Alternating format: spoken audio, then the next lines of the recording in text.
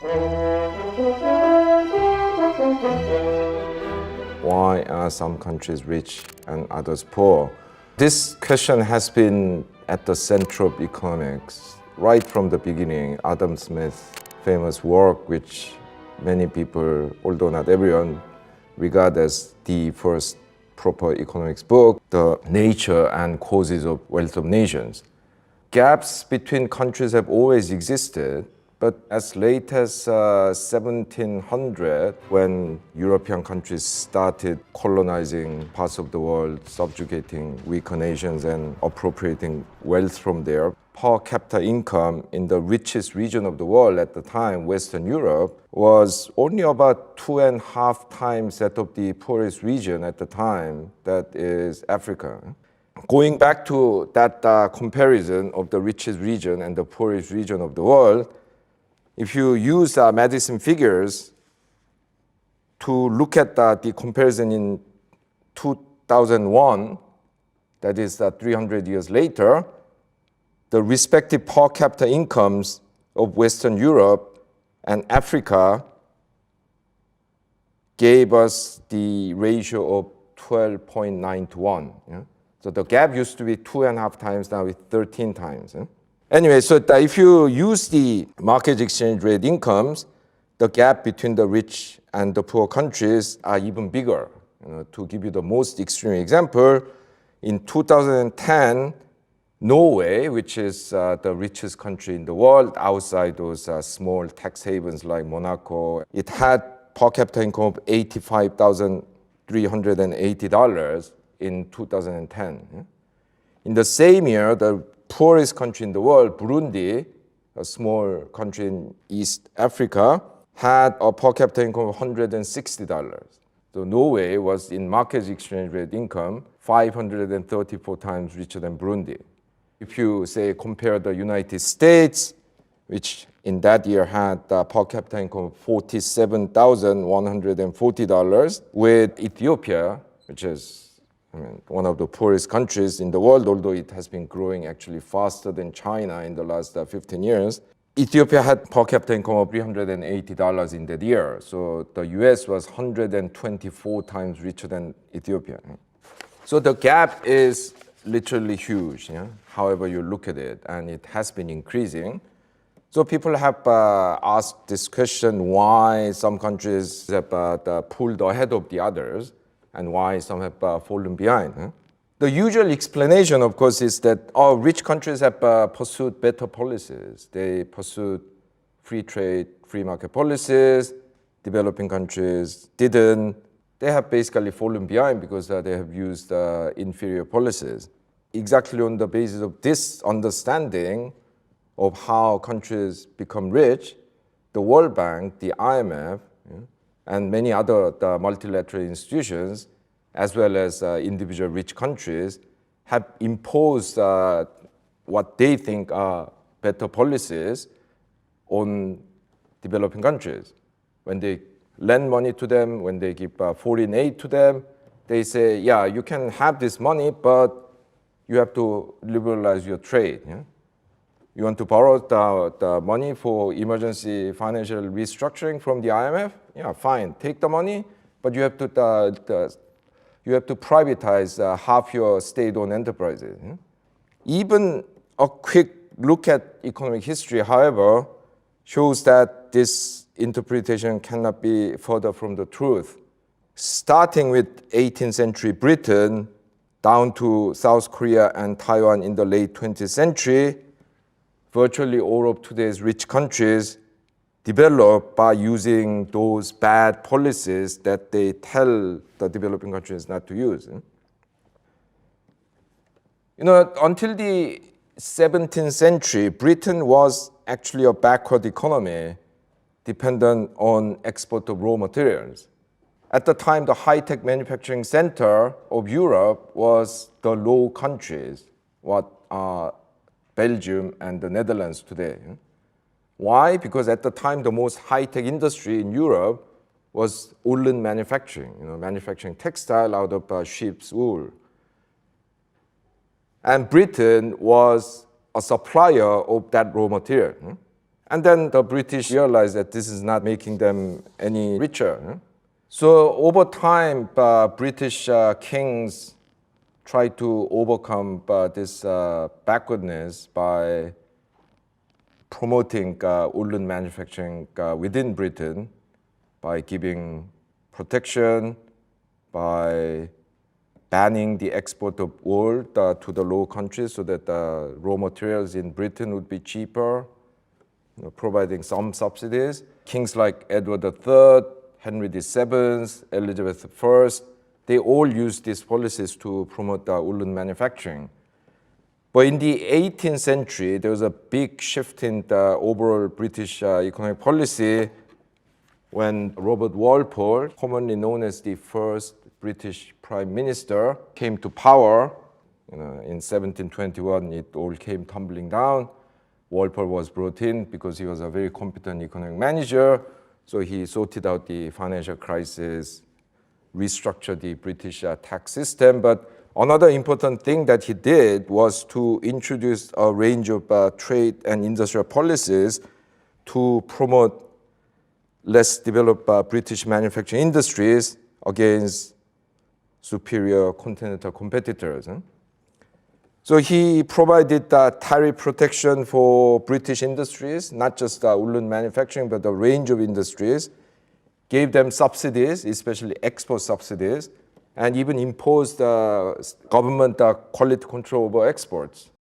Now, very interestingly, these are policies that were practiced by the so-called East Asian miracle economies 2.5 centuries later, Japan, South Korea, and Taiwan. Some of the policies that I had thought were invented in Japan in the 1950s were actually invented by Robert Walpole and British policymakers at the time. But basically, between the time of Walpole and the 1850s, when Britain became the supreme world industrial power and didn't need these protections anymore, Britain was one of the most heavily protected economies in the world. If you look at this table, you will see that as late as 1820, Britain had the highest average industrial tariff in the world. Now, for most of the period covered by this table, countries that do not appear in this table were either colonies, which meant that they didn't have their independent tariff policy, or was subject to so-called unequal treaties that deprived them of many policy options, including the power to set their own tariffs. So these unequal treaties were originally introduced when the Latin American countries went independent in the 1810s and 20s.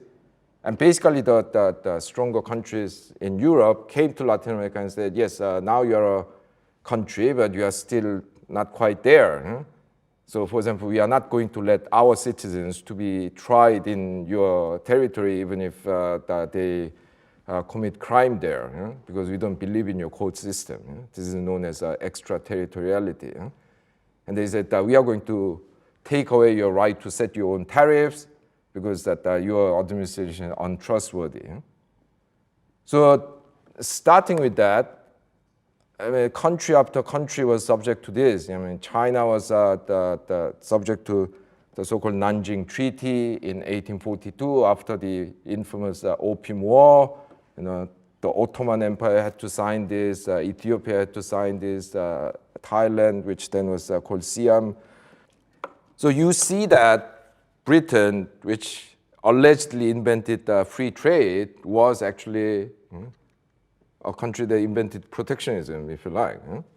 Friedrich List, the 19th century German economist, who is today commonly but mistakenly, as I'll tell you in detail later, known as the father of the so-called infant industry argument, condemned the British advocacy of free trade as an act of kicking away the ladder.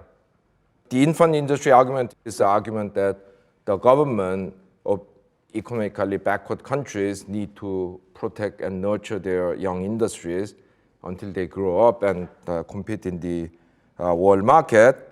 List was a very strong advocate of this argument, but one of the things that he was doing was to point out the hypocrisy of British recommendation for free trade.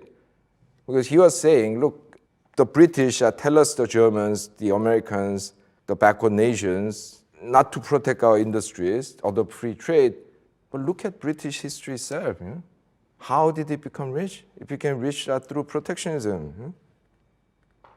So Britain telling us not to use protectionism is like someone climbing up to the top with a ladder and kicking the ladder away so that other people cannot follow. I mean, you don't need to read this. It's all summarized in this cartoon on the cover of my 2002 book.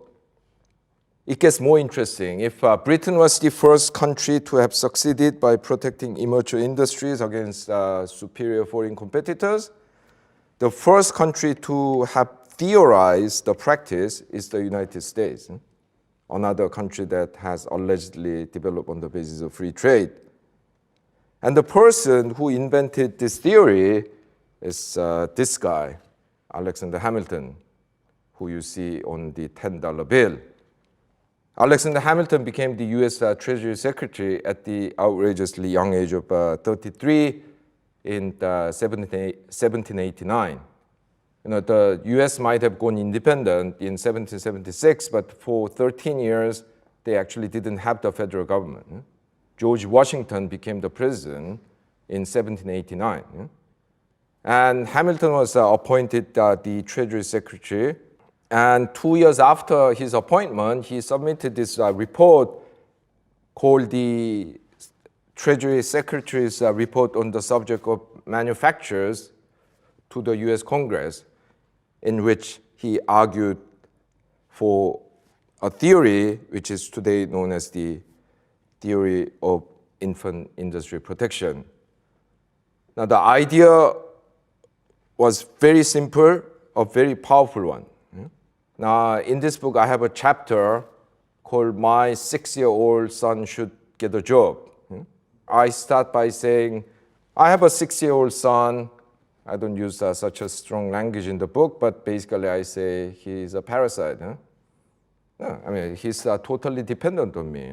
Food, lodging, heating, education, TV, Nintendo games, you name it.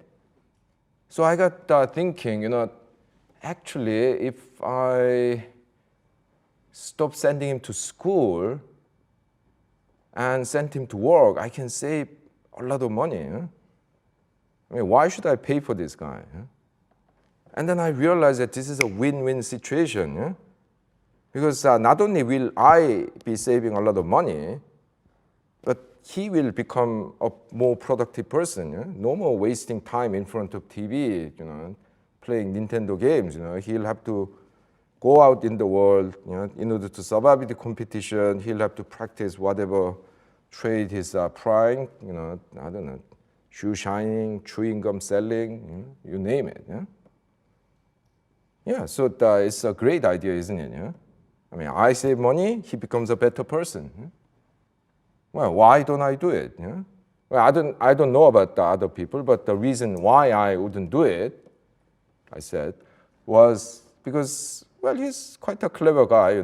I think if I supported him for another, 12, maybe 15 years, he could become lots of things. I mean, he could become an architect, he could become a nuclear physicist, he could become a brain surgeon.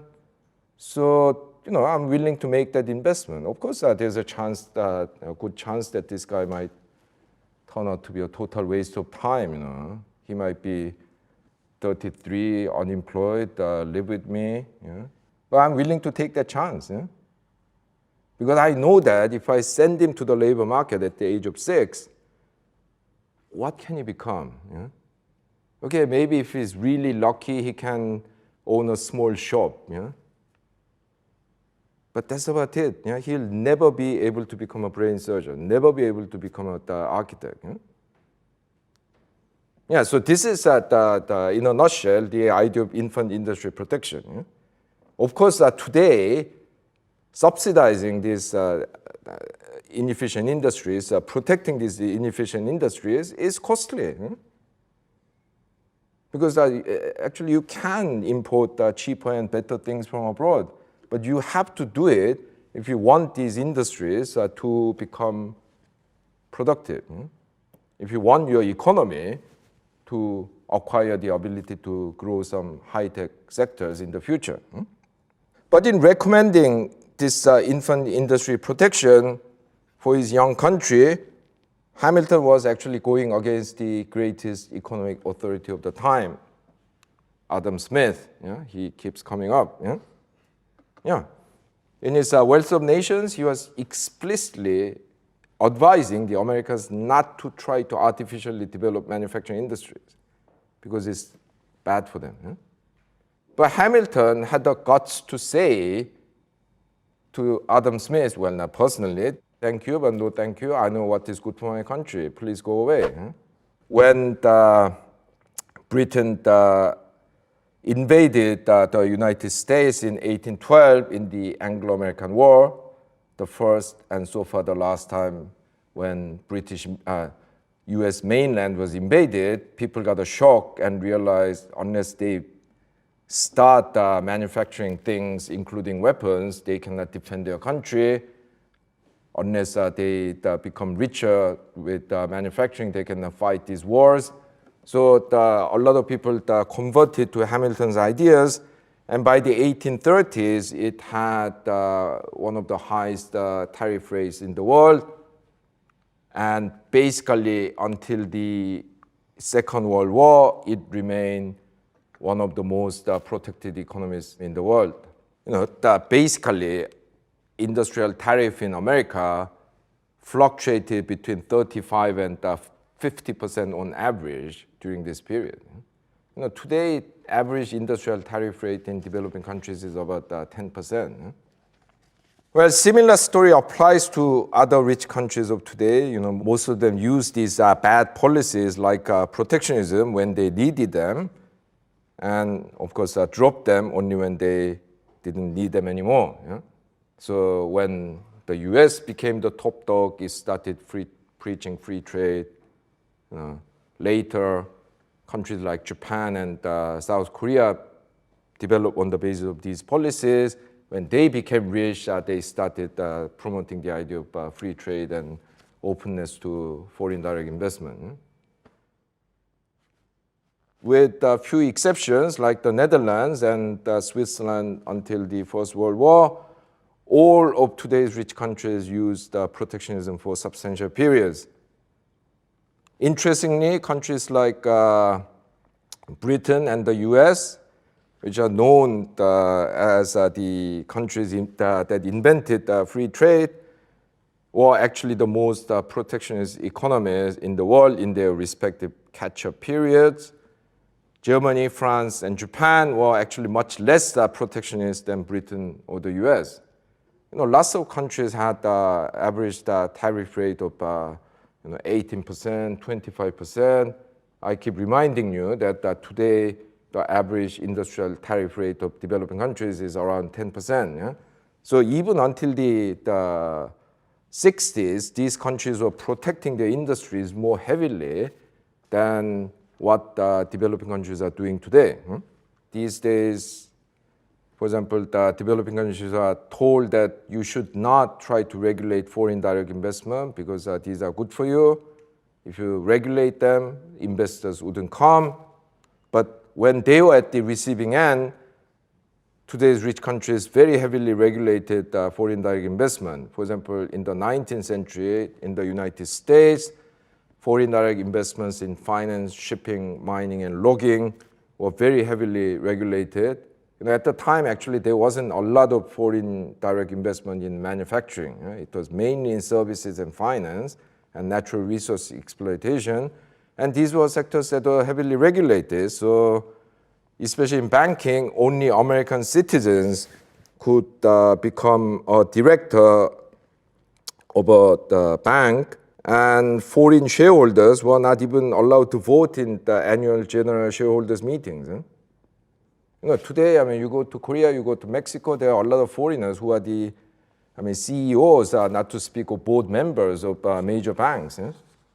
Another example of kicking the ladder is that today If you go to the WTO and these international organizations, the Japanese government regularly submits this document saying regulation of foreign direct investment is bad for economic development. Hello, I mean, what did you do when you were developing? You basically completely banned foreign direct investment. Finland classified all firms with more than 20% foreign ownership as dangerous enterprises. I mean, Finns are not exactly the subtlest people in the world, but this was quite heavy stuff even from the Finns. I mean, I haven't invented these words. These are official Finnish terms. Until the early 1980s, there was no foreign bank branch in Finland. In the early days of development, Germany and Japan used state-owned enterprises to kickstart industrialization in the key sectors. State-owned enterprises were extensively used in France, Finland, Austria, Norway, Taiwan, and Singapore. I already told you about Singapore in my first lecture on the nature of economics. 22% of GDP in Singapore is produced by state-owned enterprises. In Taiwan, 16% of GDP is from state-owned enterprises. All the French firms that you have ever heard of were either still significantly owned by the state or until recently were owned by the French state. It's actually quite amazing. Almost all sectors in which the US still has the international technological leadership are sectors that were created and promoted by the US military. Computer, internet, Google Maps, I mean, these were all based on technologies initially promoted by the Pentagon. Few people know this, but semiconductor, the sort of building blocks of the information economy, this was initially developed by the US Navy. The US would not have the leadership in aircraft industry without the subsidies and procurement from the US Air Forces. In the pharmaceutical and biotechnology, around 30% of research funding is given by the US federal government. If you just look at the statistics of state-owned enterprises, the US has a tiny state-owned enterprise sector accounting for only about 1% of GDP. So you might think, the US at the state doesn't really play an important role in the productive sector. But once you know, what it has done to promote the technologies, to establish new industries, you would not have that view. More recently, some neoclassical economists have broken away from this tradition of emphasizing economic policies as the explanation of international differences in the living standards, and have come to offer a huge range of unalterable factors as the explanation in the gap between rich and poor countries. They say tropical climate is holding back developing countries because it increases tropical diseases that reduce labor productivity.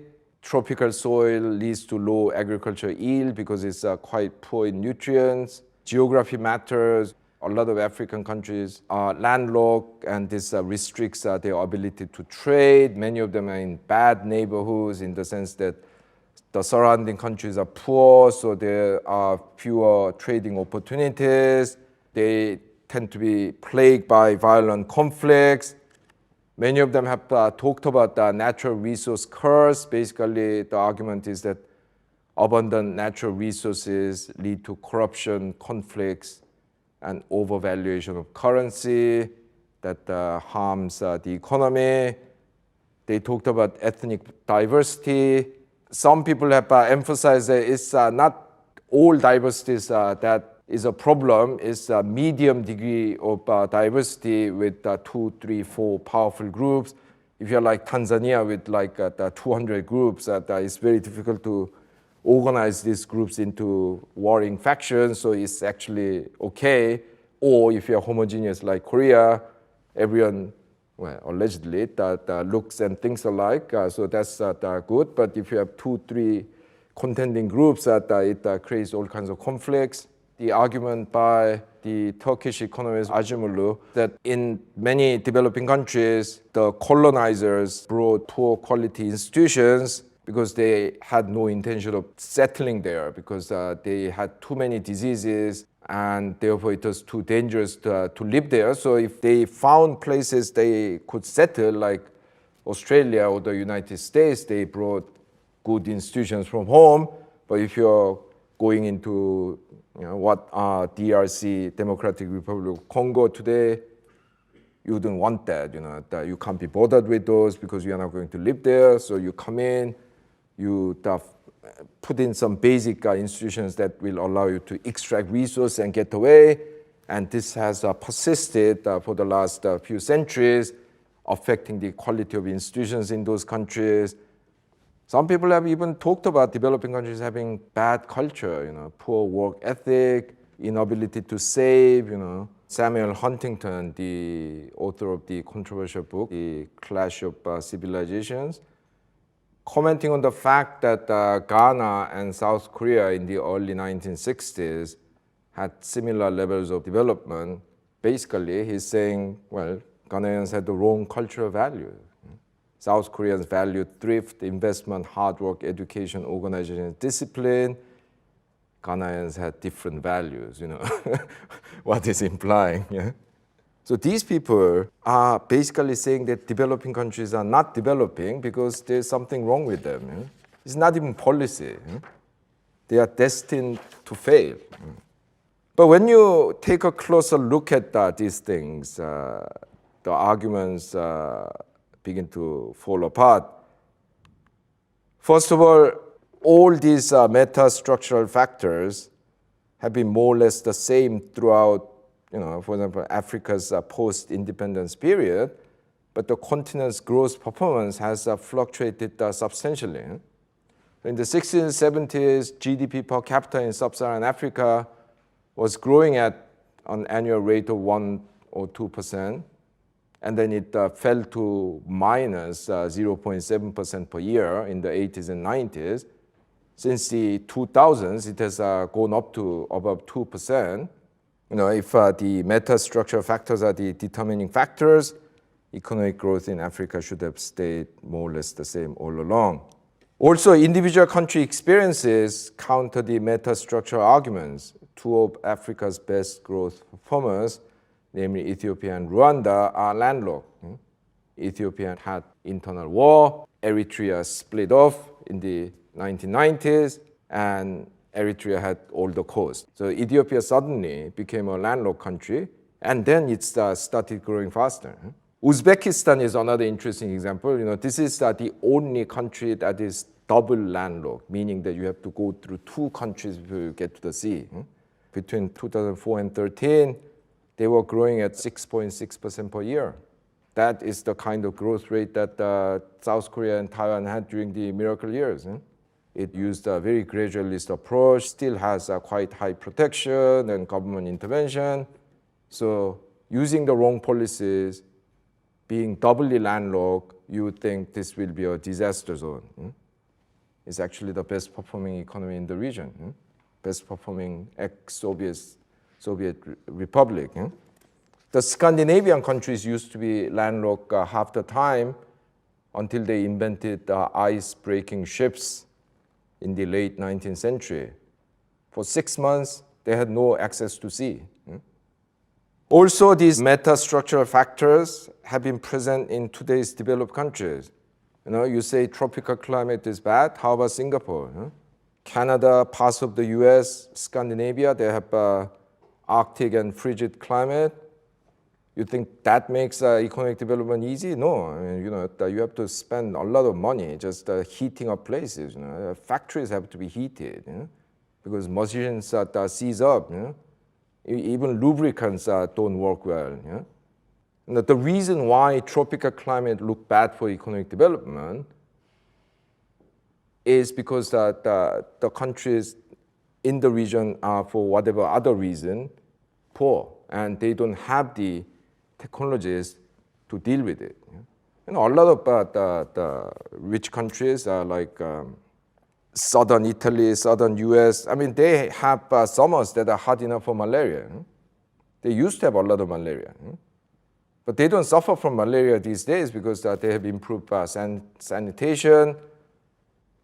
Being landlocked, yes, Switzerland and Austria, two of the richest countries in the world, are landlocked. Resource curse, the US, Canada, Australia, they are very well endowed with natural resources. Actually, most African countries do not have a lot of natural resources.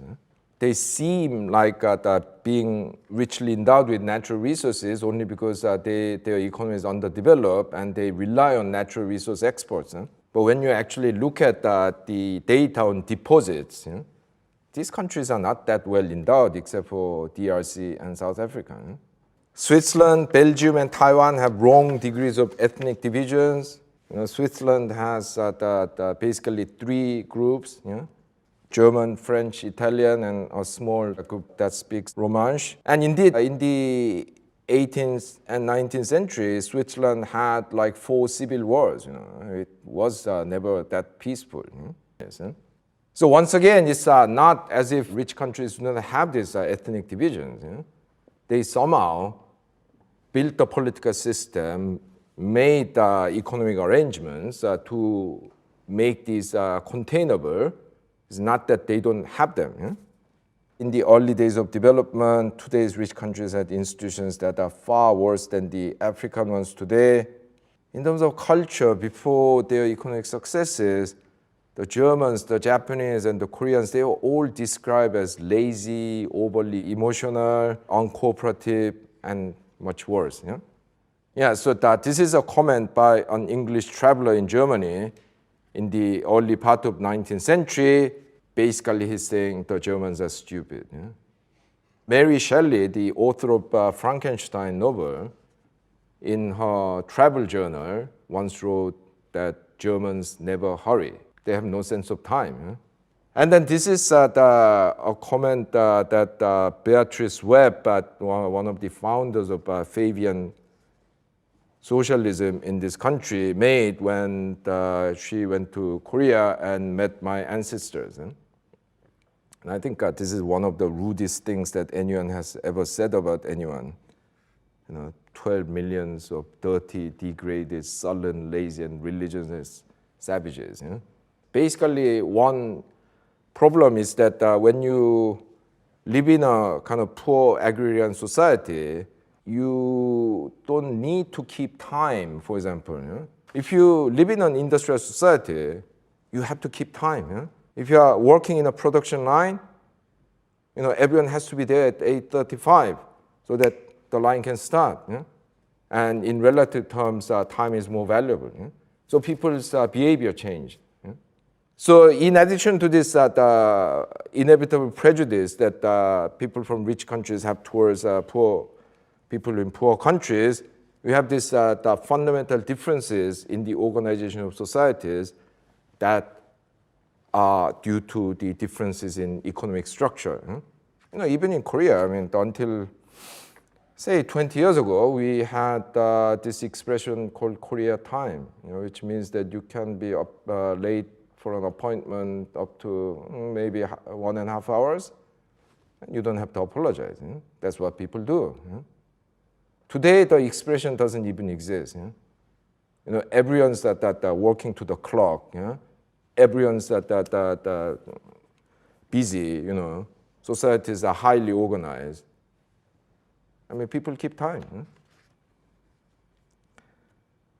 So all these so-called meta-structural factors, when you look at them closely, are very flimsy ones. The argument based on them are usually based on factual mistakes and blindness to history. More importantly, these meta-structure arguments fail to recognize that the rich countries appear not to suffer from those meta-structural factors, not because they don't have them, but because they have developed sufficient technological and organizational capabilities to deal with their harmful effects. Indeed, I would go even further and argue that these meta-structural arguments have become prominent only because the mainstream economists could not explain why the developing countries have done poorly since the 1980s, despite starting to use the good policies that they were recommending and the World Bank and the IMF were forcing on them.